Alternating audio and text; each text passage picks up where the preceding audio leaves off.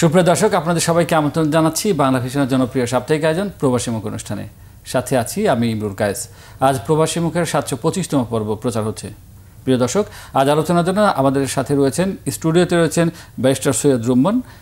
রুম্মান, আপনাকে স্বাগত জানাচ্ছি। আপনাকে অসংখ্য ধন্যবাদ, সবাইকে অসংখ্য ধন্যবাদ। প্রিয় দর্শক, আরেকজন অতিথি আমাদের সাথে সংযুক্ত রয়েছেন যুক্তরাষ্ট্র থেকে, যুক্তরাষ্ট্র প্রবাসী চিকিৎসক ডাক্তার মঞ্জুর মোর্শেদ। আপনাকেও স্বাগত জানাচ্ছি বাংলা ভিশনের অনুষ্ঠান থেকে। ধন্যবাদ আমাকে আমন্ত্রণ জানানোর জন্য। প্রিয় দর্শক, আজ আমরা আলোচনা করব প্রবাসীদের ভোটাধিকার নিয়ে। এই অন্তর্বর্তী সরকার ক্ষমতায় আসার পরপরই ঘোষণা দিয়েছিলেন যে প্রবাসীদের ভোটাধিকার তারা দেবেন এবং সেই অনুযায়ী কাজ চলছে। আমরা সেই বিষয়টি নিয়ে আলোচনা করব। আমি প্রথমেই ব্যারিস্টার সৈয়দ রুম্মান আপনার কাছে জিজ্ঞেস করব, এই যে প্রবাসীদের যে ভোটাধিকার দেওয়ার সিদ্ধান্ত সরকার নিয়েছেন, এই বিষয়ে আপনার কাছে কোনো আপডেট আছে কিনা? যুক্তরাজ্যে, আপনি যেহেতু যুক্তরাজ্যে থাকেন, সেখানে ভোটাধিকার দেওয়ার ক্ষেত্রে যে কার্যক্রম সেটি শুরু হয়েছে কিনা, বা কিভাবে এই ভোটাধিকার হতে পারে সে বিষয়ে আপনার কাছে কি তথ্য আছে? ধন্যবাদ। প্রথমে আসলে ধন্যবাদ জানাচ্ছি সবাইকে এই অনুষ্ঠানের জন্য। একটু আসলে আপডেটটা দেওয়ার আগে একটু ব্যাকগ্রাউন্ডটা আসলে বলতে হয়, কারণ এই যে ভোটাধিকারের যে ব্যাপারটি প্রবাসীদের, এটি নিয়ে আসলে বিভিন্ন প্রবাস থেকে, বিভিন্ন দেশ থেকে হয়তো আপনার আলাপ আলোচনা হয়েছে, কিন্তু পার্টিকুলারলি ইউকে থেকে যারা আমাদের যুক্তরাজ্য প্রবাসী যারা আছেন তাদেরকে আসলে ধন্যবাদ দিতে হয়। তারা, কারণ বিগত সরকারের আমলেও তারা সবসময় এই বিষয়ে সোচ্চার ছিলেন এবং বিভিন্ন কমিটি, পার্টিকুলারলি আমাদের যে লয়ার্সদের বিভিন্ন অ্যাসোসিয়েশন, তারা আসলে এটা নিয়ে আসলে অনেক কাজ করেছেন, অনেক দেন দরবার করেছেন। সো ফাইনালি এটা হচ্ছে, এটা জেনে আসলে খুব ভালো লাগছে। তো এই মুহূর্তে আসলে আপডেট সেটি হলো আজকে পর্যন্ত আমি ব্যক্তিগতভাবে আমি জেনেছি, আমাদের যে জার্নালিস্ট বন্ধু আছেন ইউকেতে, তাদের থ্রুতে ইউকে হাই কমিশন শুরু করেছে এই বিষয়ে উদ্যোগ। তারা এই বিষয়ে কাজ করছেন এবং বাংলাদেশ থেকে যেটি হচ্ছে যে এই বিষয়ে বাংলাদেশ সরকারও, এই যে ইন্টারিম গভর্নমেন্ট, তারা আসলে কাজ শুরু করেছে এবং আপাতত একটা অ্যাপের মাধ্যমে এই একটা রেজিস্ট্রেশন একটা প্রসেস হবে যারা ভোট দিবেন প্রবাস থেকে। তো এটা একটা প্রসেসটা অ্যাপের মাধ্যমে হওয়ার পরে দেন ভোটের আগে খুব সম্ভবত অথবা ভোটের দিন তারা ওইখানে লগ ইন করার সুযোগ পাবেন এবং একটা কিউআর কোড অথবা কোনো একটা কিছু একটা জেনারেট হবে, একটা কোড জেনারেট হবে, অ্যান্ড দেন তারা ডাউনলোড করতে পারবেন একটা আপনার ব্যালট পেপার, এবং ডাউনলোড করার পরে দেন সেটি দিয়ে তারা ভোট দিয়ে তারপর এটা বাই পোস্ট তারা পাঠিয়ে দিবেন। আর এমনিতে ইউকে হাই কমিশনের ওয়েবসাইটে আসলে অফিসিয়ালি তেমন কোনো আসলে ইনফরমেশন নেই। তো এতটুকুই আসলে ইনফরমেশন। তো এখন পর্যন্ত কোনো ইনফরমেশন নেই। সরকার তো বলছে যে নভেম্বরে এই অ্যাপসটি ক্রিয়েট করা হবে। এখন আপাতত যারা প্রবাসী আছেন তাদের তালিকা তৈরি করা হচ্ছে, অর্থাৎ একটা নিবন্ধনের মতো যে তাদের তালিকা তৈরি করা হচ্ছে যে কারা কারা ভোটার হবেন। বা তালিকার ব্যাপারে আসলে এখনো অফিসিয়ালি সেই তালিকা, কারণ আমি নিজেও তো প্রবাসী এবং আমি আমার এনআইডি কার্ডটাও আমি প্রবাস থেকেই করিয়েছি, তো ওই হিসেবে আমি নিজেও কিন্তু আসলে কোনো নোটিফিকেশন পাইনি। তো তালিকাটা হয়তো তাদের ইন্টারনাল যে আরও ভোটারদের সাথে যোগাযোগ করার আগে হয়তো ইন্টারনাল অনেক বিষয় থাকে না, হয়তো তারা সেই ইন্টারনাল প্রসেসগুলো তারা করছেন, করার পরে পরবর্তীতে ভোটারদের সাথে যোগাযোগ হবে, যেই জায়গা থেকে ভোট দিবেন, যেই এলাকার ভোটার, সেই অনুযায়ী তারা হয়তো সেগুলোকে রেজিস্ট্রেশনের একটা প্রসেসের মধ্যে নিয়ে আসবেন এবং হয়তো আমাদের সাথে যোগাযোগ করবেন। এখানে একটা জিনিস সেটা হলো যে এইটাতে প্রবাসে তো আসলে আমরা যারা দীর্ঘদিন ধরে আছি তারা তো আছি, কিন্তু সবার ডেটা তো আসলে বাংলাদেশ হাই কমিশন লন্ডনের কাছে নেই। তো এবং ওইখানে আসলে এইটা, কারণ কেউ যাওয়ার পরে আসলে রেজিস্ট্রেশন তো আসলে করা হয় না। আর স্টুডেন্টরাও তো ওয়ার্ক ভিসায় অনেকে গিয়েছেন, অনেকে যাওয়া ভিজিট ভিসায় গিয়ে অ্যাসাইলাম করেছেন, অনেকভাবে গিয়েছেন, তো তাদের তো তালিকাটা আসলে নেই। এটাও একটা রেজিস্ট্রেশনের একটা বিষয়। তো এগুলো আসলে অনেক বড় চ্যালেঞ্জেস আছে। যেমন ধরেন আপনার মিডল ইস্টে যে জিনিসটা হয়, এখানে চ্যালেঞ্জের বিষয়ে আমি আসবো। তার আগে আমাদের সাথে আরেকজন যুক্ত রয়েছেন যুক্তরাষ্ট্র প্রবাসী ডাক্তার মঞ্জুর মোর্শেদ। ডাক্তার মঞ্জুর মোর্শেদ, আপনার কাছে জানতে চাইব যে যুক্তরাষ্ট্রের পরিস্থিতি কি?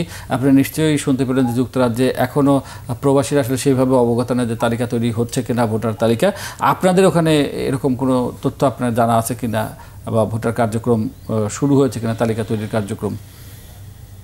জি, ধন্যবাদ আমাকে আমন্ত্রণ জানার জন্য। সে সাথে সাথে দর্শকবৃন্দকে অনেক অনেক সালাম এবং শুভেচ্ছা জানাচ্ছি। জি, আমাদের ইউএসএ তে অলরেডি কার্যক্রমটা শুরু হয়েছে। আমাদের এখানের হাই কমিশনার অত্যন্ত আন্তরিক এবং সমস্ত ব্যবস্থাই করছেন। যতটুকু আমি জানি যে এনআইডি যে অ্যাপ্লিকেশন প্রসেসটা যেটা আছে সেটা এই অক্টোবরের 31 তারিখের মধ্যে এটা ফিল আপ করতে হবে এবং পরবর্তীতে নভেম্বরে আপনার যে ভাইজি বললেন যে অ্যাপসটা চালু হবে, যে পরবর্তীতে এটি ব্যালটের মাধ্যমে আমাদেরকে ব্যালট বলছি আমাদের ডাক বাক্সের মাধ্যমে পোস্টাল মাধ্যমে আমাদেরকে এটা পাঠাবে এবং সেটি আমরা করব, পাঠাবো আর কি যখন ভোটের সময় হবে। তবে আমি নিজেও আমার আগে কোনোদিন এনআইডি কার্ড ছিল না। আমি আমার ওয়াইফ আমরা এনআইডি কার্ডের জন্য অ্যাপ্লাই করেছি, এখনো কিন্তু আমরা নোটিফিকেশন পাইনি যে কখন সেটি অ্যাপ্রুভ হবে কিংবা কখন বাংলাদেশ এমবেসিতে গিয়ে সেটি ফিঙ্গারপ্রিন্ট কিংবা পিকচার সহ দিয়ে সেটি অ্যাপ্রুভ হবে। তারপর এই যে একটা যে প্রসেস আছে এটি এখনো অনগোয়িং প্রসেস। আমার ভীতিটা হচ্ছে যে অনেক বাংলাদেশে হয়তো এই সমস্ত ব্যাপারে হয়তো জানবেন না এবং অনেকে হয়তো বাদও করতে পারেন, এটি আমার আশঙ্কা আর কি। ব্যারিস্টার রহমান, আপনি তো শুনলেন যে আপনি চ্যালেঞ্জের কথা বলছিলেন। এনআইডি একটা বড় চ্যালেঞ্জ, কারণ যারা প্রবাসী রয়েছেন সবার কাছেই এনআইডি নাই। তারপরে সবার কাছে পৌঁছাতে পারবে কিনা যারা সংশ্লিষ্ট রয়েছেন। আমরা তো এমনি জানি যে আমাদের দূতাবাসে জনবল খুবই কম।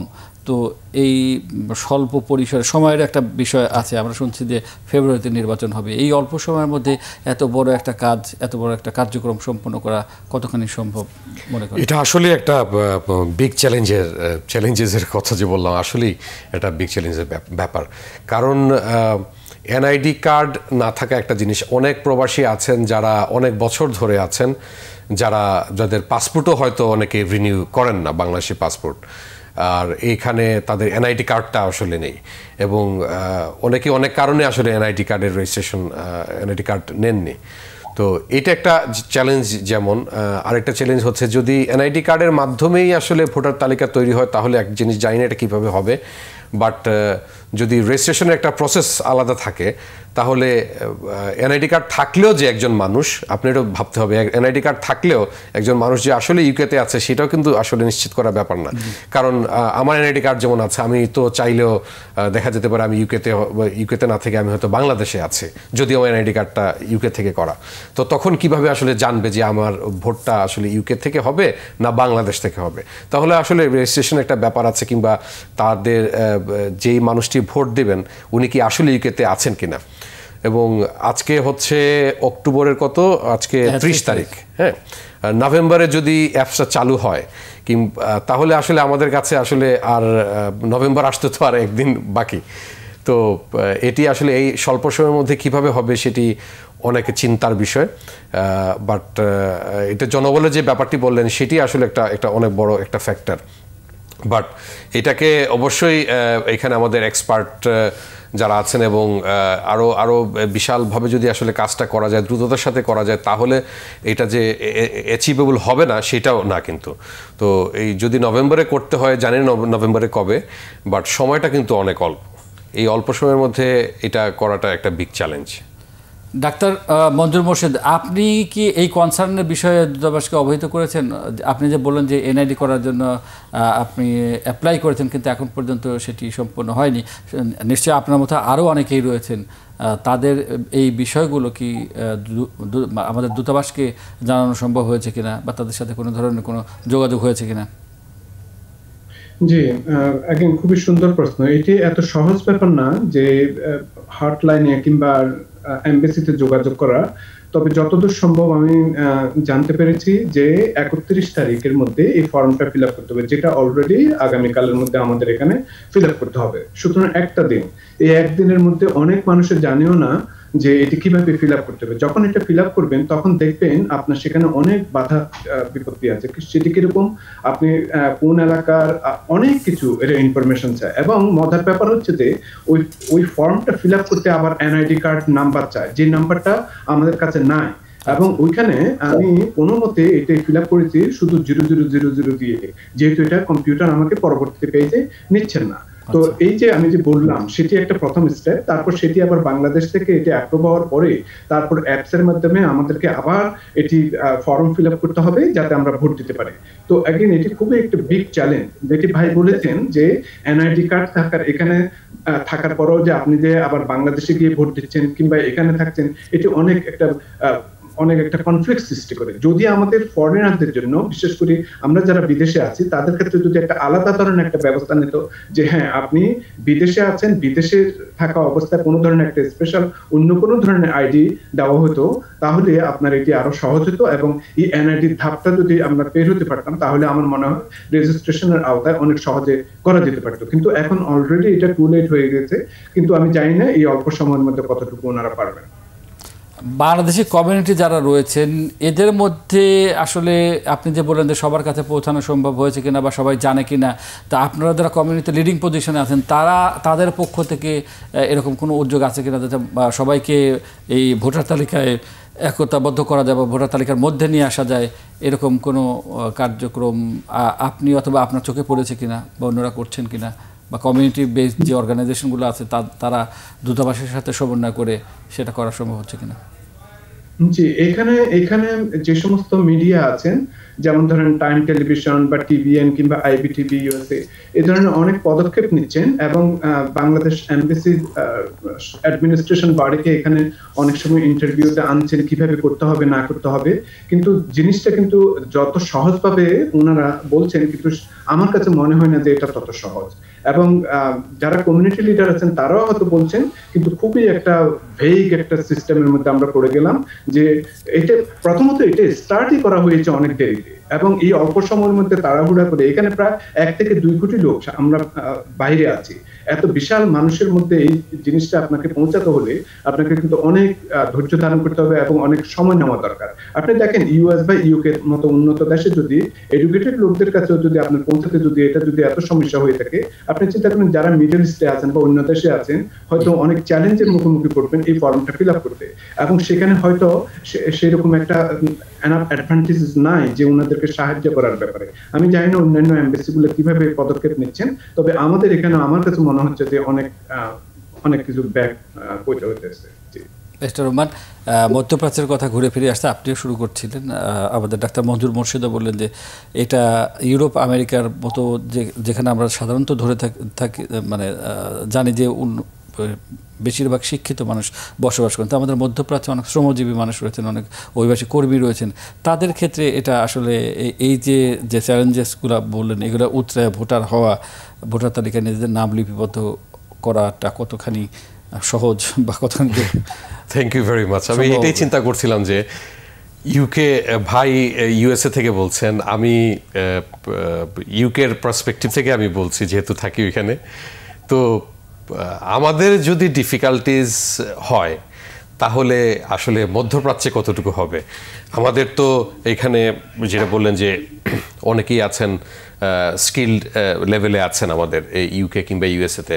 তো মধ্যপ্রাচ্যে যারা আছেন এমনিতে তো আসলে সিস্টেমটা স্লো এবং দেরিতে শুরু হয়েছে, হ্যাঁ, এবং ওইখানে তার চেয়ে বড় ডিফিকাল্টিজ হলো আমাদের শ্রমিক ভাইয়েরা যারা আছেন, মেজরিটি শ্রমিক যারা আছেন আপনার মিডল ইস্টে যারা আছেন মেজরিটিতে শ্রমিক, এবং তাদের অনেকেরই আসলে লিটারেসি নিয়ে হয়তো আসলে সমস্যা আছে। তো এই কারণে তাদের জন্য এই একটা এনআইডি ফর্ম যদি এটা অনলাইনে ফিল আপ করার হয়, যদি কারো রেজিস্ট্রেশন না থাকে, তাহলে এটা কিন্তু একটা বিগ চ্যালেঞ্জ। কিংবা অনলাইনে কিংবা একটা রেজিস্ট্রেশনের ফর্ম যদি ভোটার রেজিস্ট্রেশনের জন্য আলাদা ফর্ম যদি থাকে, সেগুলো ফিল আপ করা কিন্তু একটা ডিফিকাল্টিস তাদের হবে। কারণ দেখা যায় যে আমি মাঝে মাঝে দেখা যায় যে আমার কাছে হয়তো ইউকেতে যেহেতু লিগাল প্রফেশনে আছে, অনেক সময় কল আসে যে বাংলাদেশে পাসপোর্ট রিনিউ করবে কিংবা করবে, কেউ অ্যাপ্লাই করবে, আমাদেরকে ফোন দেয় আমরা হেল্প করার জন্য। যারা হয়তো আপনার এডুকেটেড কিংবা এনআইডির জন্য কিভাবে অ্যাপ্লিকেশন করবে আমাদেরকে ফোন দেয়, শিক্ষিত লোকও ফোন দেয়। তো এই ক্ষেত্রে আপনার সেটা বুঝতে হবে যারা একটু কম শিক্ষিত কিংবা যারা শিক্ষা থেকে পিছিয়ে আছেন, প্রথাগত যে এডুকেশনাল সিস্টেমের কথা বলি, তারা যারা প্রবাসী আছেন মিডল ইস্টে, তাদের জন্য তো আরো ডিফিকাল্ট হবে না? তো এই জিনিসগুলোকে কিভাবে মিটিগেট করবে? এবং আমাদের তো জনবলের যে ব্যাপারটা বললেন, জনবল তো আসলে কম, যে এম্বাসিগুলো যেখানে মিডল ইস্টে আছে সেগুলোতে তো আসলে লোক সংখ্যাও কম। তো আপনি তো হঠাৎ করে একটা প্রজেক্টের জন্য এত লোক নেওয়াও আপনার পক্ষে একটা সরকার হিসেবে পসিবল হবে কিনা? সেক্ষেত্রে আরেকটি কাজ করা যায় কিনা, যে আমাদের দূতাবাসের পাশাপাশি কোনো বেসরকারি সংস্থা বা কোনো এরকম কোনো সংস্থাকে ইনভলভ করা যায় কিনা এই কাজে? অফকোর্স সব সিকিউরিটি ডিউ ডিলিজেন্স ফলো করে এটা করা যেতেই পারে। কারণ ধরেন আমি একটা এক্সাম্পল হিসেবে দিচ্ছি, ধরেন ইউকের ভিসা অ্যাপ্লিকেশন, হ্যাঁ, যে এটার অনেক, কিংবা আপনার সেঙ্গেন ভিসা, কিংবা ধরেন ইউএসএর ভিসা, এগুলা আপনার প্রসেসিংয়ের জন্য দেখা যায় যে থার্ড পার্টি অর্গানাইজেশন আছে, লাইক ভিএফএস গ্লোবাল, আপনার এরপরে আর টিএলএস কানেক্ট, এরকম আছে। তো এগুলো তো আসলে সিকিউরিটি প্রটোকলগুলো মেনটেন করেই করা হয়। তো এইটার জন্য আসলে করা যেতে পারে। এবং যখন এটা কোনো থার্ড পার্টির সাথে আসলে কন্ট্রাক্টটা হয়, এটা প্রপার টার্মস সব কিছু মেনটেন করে ডিউ ডিলিজেন্স ফলো করে করা হবে, তখন কিন্তু কাজের এফিসিয়েন্সিটাও বাড়বে।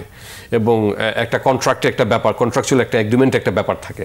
তো এটা করা যেতেই পারে। কারণ আমাদের তো সবচেয়ে বড় যে চ্যালেঞ্জটা সেটা হচ্ছে সময়টা কিন্তু কম। যদি নভেম্বরে এটা আপনার ইমপ্লিমেন্ট করতে হয়, তাহলে আর ফেব্রুয়ারিতে যদি ইলেকশন হয়, তাহলে you don't have much time. তো এটা আসলে একটা করা যেতেই পারে। এবং আমার কাছে মনে হয় এই প্রোগ্রাম যারা দেখছেন, যে ইমরুল ভাই যে কথাটাই বললেন যে থার্ড পার্টি অর্গানাইজেশনকে ইনভলভ করা যায় কিনা, যদি এই প্রোগ্রাম কোনো প্রবাসী মন্ত্রণালয় কিংবা সরকারে কেউ দেখে থাকেন, তারা মনে হয় এই পয়েন্টটি আসলে নেওয়া উচিত। কারণ আমরা সব জায়গায়, আমাদের দূতাবাসে তো সত্যিকার অর্থেই লোকবল কম। যা প্রয়োজন ডেইলি সেবা দেওয়ার জন্য যে লোকবল প্রয়োজন, সেই লোকবলই তো আমাদের নেই। তারপরে আবার এরকম একটা বিশাল কর্মযজ্ঞ সম্পাদন করা, অফকোর্স এইটা এই কারণে বললাম যে যদি কেউ প্রোগ্রামটা দেখে থাকেন সরকারের, তারা আসলে এই পয়েন্টটাকে তারা নেওয়া উচিত। এবং এতে করে সময়টা বাঁচবে। আর একটা জিনিস কি, এখানে কষ্টের যে ব্যাপারটা, আমার কাছে মনে হয় যে ভোটাধিকারের মতো একটা অনেক ইম্পর্টেন্ট জিনিস, যেটা আমরা গণতন্ত্রের কথা যখন বলি, তখন ভোটাধিকারটা তো আসলে চলে আসে। তো এই গণতন্ত্রের জন্য এত বছরের সংগ্রাম, এত কিছু, এখন আমরা বলি যে স্বাধীনভাবে বাংলাদেশে কথা বলতে পারি, আমাদের নির্বাচন হবে সব দলের অংশগ্রহণে, তো এটা তো অনেক বড় একটা বিষয়। এবং এই জায়গাটাতে যদি আমরা ইনভেস্ট করতে না পারি, তাহলে আসলে কোন জায়গাটাতে আমরা করব? এবং অবশ্যই বিশাল একটা প্রবাসী রয়েছেন 1 কোটির বেশি, যদি বলে 1 কোটির অনেক বেশিই হবে। তো তারা যেহেতু আমাদের সব কিছুতে অবদান রাখছেন, অর্থনৈতিক সহ সব কিছু, সুতরাং ডিসিশন মেকিং প্রসেসেও তো তাদের রাখা অবশ্যই। তাদেরকে এই কারণেই তো আসলে আমাদের ইউকে থেকে যে সবসময় আলোচনাটাই হয়েছিল এবং যে লবিংটা হয়েছিল যে প্রবাসীদের ভোটাধিকারটা থাকতে হবে। কারণ শুধুমাত্র আমরা ইউকে পার্সপেক্টিভ তো আসলে বলি না, সবার জন্য এটা বলা হয়েছে যে এইখানে যেহেতু প্রবাসীরা আছেন, তারা সব কিছুতেই কন্ট্রিবিউট করেন অনেকভাবে। এবং ইউকের বাংলাদেশের বাইরে প্রবাসীদের যে প্রেজেন্স, আমরা নিজেদেরকে সবাই আমি কিন্তু ব্যক্তিগতভাবে মনে করি, আমি যখন বাইরে আছি, আমি বাংলাদেশের একজন অ্যাম্বাসেডার। তো আমি ভালো কাজ করলে বাংলাদেশের সুনাম হবে, আমি খারাপ কাজ করলে বাংলাদেশের দুর্নাম হবে। তো এইটার কারণেও কিন্তু আসলে আমাদের ভোটাধিকারটা প্রয়োগ করা উচিত। এবং আমি ধন্যবাদ জানাই ইন্টারিম গভর্নমেন্টকে, তারা যে কাজটি শুরু করেছেন, কিন্তু অনেক বিলম্বে হয়তো কাজটি তারা শুরু করেছেন। এইটাকে আপনার ত্বরান্বিত করার জন্য এবং এফিশিয়েন্টলি এটাকে করার জন্য এই মুহূর্তে থার্ড পার্টি ইনভলভমেন্টটা আসলে প্রয়োজনীয়। আমি ডাক্তার মঞ্জুর মোর্শেদ আপনার কাছে একটু জানতে চাচ্ছি, সেটা হচ্ছে যে থার্ড পার্টির কথা বলা হলো, যে এখন যেহেতু সময় খুবই কম, ফেব্রুয়ারিতে যদি নির্বাচন হয়, তাহলে এত বিশাল সংখ্যক প্রবাসীকে ভোটার তালিকায় অন্তর্ভুক্ত করা এবং তাদের ভোটাধিকার যদি আমরা নিশ্চিত করতে চাই, সেক্ষেত্রে থার্ড পার্টির উপযোগিতা কতখানি যুক্তরাষ্ট্রের পার্সপেক্টিভে যদি আমাদেরকে একটু বলেন। হ্যাঁ, ভাই যেটি বলেছেন সেটি অনেকটা আমার কাছে মনে হচ্ছে যে অনেক প্রবলেমটা সলভ করার মতোই, কিন্তু প্রবলেমটা হচ্ছে যে সময়টা নিয়ে বেশি। যে আমাদের মাত্র আছে 2-3 মাস, এই সময়ের মধ্যে কিভাবে এত কিছু করা সম্ভব হবে, সেটাই হচ্ছে আমার দেখার বিষয়। যদিও থার্ড পার্টি ওনারা অনেক অ্যাক্সিলারেটেড ভাবে কাজটা করতে পারেন এবং সক্ষমতা দেখাতে পারেন, তারপরও একটা অ্যাটেম্প্ট নেওয়া যেতে পারে। এছাড়াও যদি আপনার এত কিছু বাইরেও যদি আমরা যদি একটা নির্দিষ্ট ভাবে যদি একটা এমবেসিতে যদি ভোটের ব্যবস্থাও যদি করতে পারতাম, প্রতিদিন ধরুন আপনার একটা নির্দিষ্ট অ্যামাউন্ট 2000-4000 যেটাই হোক, যেভাবে সেটাও যদি আমরা যদি করতে পারতাম, আমাদের প্রপার আইডেন্টিফিকেশন দেখিয়ে দিয়ে, সেটাও মনে হয় অনেকটা উপকার পেত। কিন্তু যেভাবে ওনারা বলছেন অ্যাপসের মাধ্যমে, আমার বিশ্বাস যে অর্ধেকের থেকেও আমার মনে অনেক অনেক অনেক কম ভোট এখানে কাস্ট হবে। তবে অ্যাগেইন এখনো যেহেতু সময় কিছুটা আছে, তারপরেও আমরা একটু চিন্তা করে দেখতে পারি, বিশেষ করে ইন্টারিম গভর্নমেন্ট কিংবা এখানে যারা অ্যাডমিনিস্ট্রেশন বডি আছে, এমবেসি, তারা একটু ভাবতে পারেন যে থার্ড পার্টির মাধ্যমে এটি কতটুকু করা যেতে পারে। ওনাদের সাথে আলাপ করলে হয়তো আরো জিনিসটা আরো অনেক ক্লিয়ার হবে। মিস্টার রহমান, আলোচনা যেটা আসলো যে থার্ড পার্টির পাশাপাশি দূতাবাসেও যদি আমরা মানে সরাসরি সশরীরে গিয়ে, যেটা ডাক্তার মঞ্জুর মোর্শেদ বললেন যে প্রতিদিন হয়তো মানে 2-4 হাজারকে ভোটার তালিকা অন্তর্ভুক্ত করতে পারে, অর্থাৎ সশরীরে, সেটার আসলে কতখানি যৌক্তিকতা বা রেজিস্ট্রেশনের যে ব্যাপারটি সেটি দূতাবাসে গিয়ে করেন, মানে এটা তো আসলে রেজিস্ট্রেশনের ব্যাপারটা নিয়ে আসলে কথা হচ্ছে। তো এইখানে এটা দূতাবাসে গিয়ে যদি আপনার করা প্রয়োজন হয়, সেটা কিন্তু আসলে ম্যান পাওয়ারের প্রয়োজন। প্রবলেমটা কিন্তু একই জায়গায় থাকছে। তো এটা একটা পসিবিলিটি হতে পারে যে এইবার হয়তো তেমন সংখ্যক আপনার ভোটার রেজিস্ট্রেশন সম্ভব হবে না সময়ের কারণে। অথবা এরকম করা যায় কিনা যেখানে মানুষ একটু সচেতন আমরা বেশি মনে করি, অর্থাৎ যুক্তরাজ্য, যুক্তরাষ্ট্র বা ইউরোপের কোনো দেশ, সেখানে তো আমাদের বেশিরভাগই সচেতন এবং শিক্ষিত মানুষের সংখ্যা বেশি। তো সেখানে আমরা অ্যাপসের মাধ্যমে করলাম, আর যেটি আলোচনা আসলে মিডল ইস্ট সহ অন্যান্য জায়গায় যারা একটু শ্রমজীবী মানুষের আধিক্য যেখানে বেশি, সেখানে সরাসরি করা যায় কিনা। আপনি কি ভোটের কথা বলছেন? তালিকাভুক্ত করা, ভোট তো পরে, আগে তালিকাভুক্ত করা। তালিকাভুক্ত, কারণ আমার যে ভাইটি শ্রমজীবী বা কোথাও কাজ করে বা মধ্যপ্রাচ্যের কোনো দেশে আছে, সে কিন্তু ওই অ্যাপসের মাধ্যমে ভোটার হওয়া কতখানি তার পক্ষে সম্ভব হবে। হ্যাঁ, সেটা করা যেতে পারে। এটা আপনার, কারণ আপনার দেখতে হবে যে কোন জায়গায় আপনার প্রবলেমটা কতটুকু এবং কিভাবে কতটুকু আপনি রিজলভ করতে পারেন। এখন ইউকেতে যে জিনিসটা পসিবল, এটা অবশ্যই মিডল ইস্টে সেটা পসিবল না হতে পারে। এবং ইউকেতে আপনার টেকনো এক্সপার্ট, হয়তো এক্সপার্ট না, হয়তো মানে টেকনোলজি বোঝেন, কিন্তু আপনার মিডল ইস্টে যারা আছেন তারা না বোঝার পসিবিলিটিটাই বেশি। তো সেই ক্ষেত্রে সেটা করা যেতে পারে। এবং চাইলে হয়তোবা এর জন্য এম্বাসি, যদি লোক সংখ্যার সমস্যা হয়, লোকবলের সমস্যা হয়, এইখানে থার্ড পার্টির সাথে নেগোসিয়েশন করার যদি ডিফিকাল্ট হয়, ভলান্টারি অর্গানাইজেশনও এখানে কিন্তু আসলে দেখেন প্লে রোল। এবং যত সমস্ত আপনার ডিউ ডিলিজেন্স আছে, সিকিউরিটি প্রোটোকল আছে, সেগুলো মেনটেন করে, ফলো করে এটা করা যেতে পারে। অবশ্যই আমি বারবার কিন্তু ডিউ ডিলিজেন্স এবং সিকিউরিটি প্রোটোকলের কথা বলছি, কারণ এটা তো অবশ্যই একটা, কারণ ভোটার রেজিস্ট্রেশনের মতো একটা ব্যাপার, এটা কিন্তু অবশ্যই এখানে আপনার এই জিনিসটা মেনটেন না করে আপনি করতে পারবেন না। এখানে একটা রিস্ক থেকে যাবে যে এটা আপনার ডুপ্লিকেশন হওয়ার কিংবা অন্যভাবে জিনিসটাকে মেল ফাংশনিং করা। তো এটা করা যেতেই পারে আপনার মিডল ইস্টে। ডাক্তার মঞ্জুর মোর্শেদ, আমরা দেখেছি যে এর আগে যখন জাতীয় পরিচয়পত্র দেওয়ার কার্যক্রম শুরু হয় প্রবাসে, তখন আমরা দেখেছি দূতাবাসের পক্ষ থেকে বিভিন্ন শহরে ক্যাম্পেইন করা হতো, অথবা বিভিন্ন শহরে 2 দিন, 3 দিন, 4 দিন, 5 দিন এরকম একটা ক্যাম্পের মতো করে সেখানে থেকে দেয়া হতো, এবং যাতে সবাই জানতে পারে এবং সবাই সচেতন হতে পারে। তো আপনি যেহেতু সচেতনতার কথা বলেন, এটা ভোটাধিকার তালিকা প্রস্তুত করার ক্ষেত্রে কার্যকর হবে বলে কি মনে করেন? হ্যাঁ, আপনি খুবই ভালো বলেছেন ইমরুল সাহেব। আপনি যেটা বলেছেন যে মেলার মাধ্যমে আগে করা যায় কিনা, সেটি খুবই চমকপ্রদ, যেটি আমি কিছুক্ষণ আগে একটা হিন্ট দিয়েছিলাম, যে এমবিসিতে আমরা যদি একটা নির্দিষ্ট টাইম, যদি কিছু একটা নির্দিষ্ট অ্যামাউন্টের পপুলেশনকে যদি নিয়ে আমরা যদি ভোটার তালিকা অন্তর্ভুক্ত করতে পারি, কিংবা এনআইডির মতো জিনিসও যদি আমরা যদি একটু সাহায্য করার ব্যাপারে আমরা সম্পৃক্ত হতে পারি, তাহলে সেটা অনেক ভালো একটা পদক্ষেপ নেওয়া যেতে পারতো। হ্যাঁ, তো আপনার উদ্যোগটা আমি খুবই ভালো মনে করি, এবং সেইভাবে কোনো একটা ব্যবস্থাও যদি নিতে পারে, সেটি আমার কাছে মনে হচ্ছে যে অনেক ভালো হবে। মিস্টার রহমান, আপনি কি মনে করেন যে এনআইডি যেভাবে আমরা দেখলাম, বিশেষ করে মধ্যপ্রাচ্যের দেশগুলোতে আমি দেখেছি, ওই সময় আমরা আমাদের অনুষ্ঠানে সেটি কিন্তু কাভারও করেছি, প্রচারও করেছি যে এরকম বিভিন্ন শহরে কিন্তু আপনার ক্যাম্প করে করে করা হতো আর কি। অবশ্যই এটি অবশ্যই একটি ভালো একটা উদ্যোগ হবে, কারণ আপনার তো প্রবলেমটাকে রিজলভ করতে হবে। এই ধরনের ক্যাম্পেইন কিন্তু আসলে অনেক এফেক্টিভ হয় এবং তাদের যে প্রবলেমগুলো আছে সেটাকে রিজলভ করা এটা আসলে ইম্পসিবল হবে না। সো আমার কাছে মনে হয় যে এখনই আসলে এটা দ্রুততার সাথে সিদ্ধান্তটা নিয়ে কোনো একটা মেথড কিংবা সবগুলোই সিমালটেনিয়াসলি হয়তো বা আপনার কাজে লাগানো যেতে পারে, কারণ আপনার তো একটা সময়ের একটা ব্যাপার আছে যে তাড়াতাড়ি আপনার এই কাজটাকে শেষ করতে হবে, আর না হলে তো আলটিমেটলি ফেব্রুয়ারিতে তখন this could become another reason to delay the election, যেটা আমরা চাই না। এবং এটা নিয়ে কিন্তু নানা ধরনের কথা যে ইলেকশন সঠিক সময় হবে কি হবে, হ্যাঁ, তো তখন দেখা যেতে পারে কথা এরকম আসতে পারে যে বেশি প্রবাসীদেরকে ইনক্লুড করার জন্য আমাদের আরেকটু সময় দরকার। তো আমরা চাই না এই ধরনের কোনো কাজ হোক।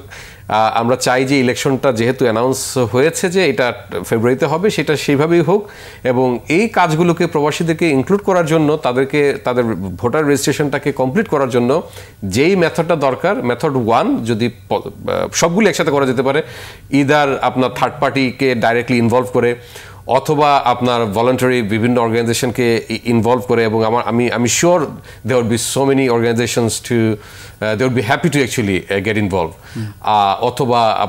অথবা কিংবা এবং আপনার এই যে আপনি যে কথাটা বলেন যে ক্যাম্পেইন, বিভিন্ন ক্যাম্পেইনের মাধ্যমে, তো এই তিনটাকেই আসলে অ্যাপ্লাই করা যেতে পারে, কারণ আমাদের জিনিসটাকে রিজলভ করতে হবে।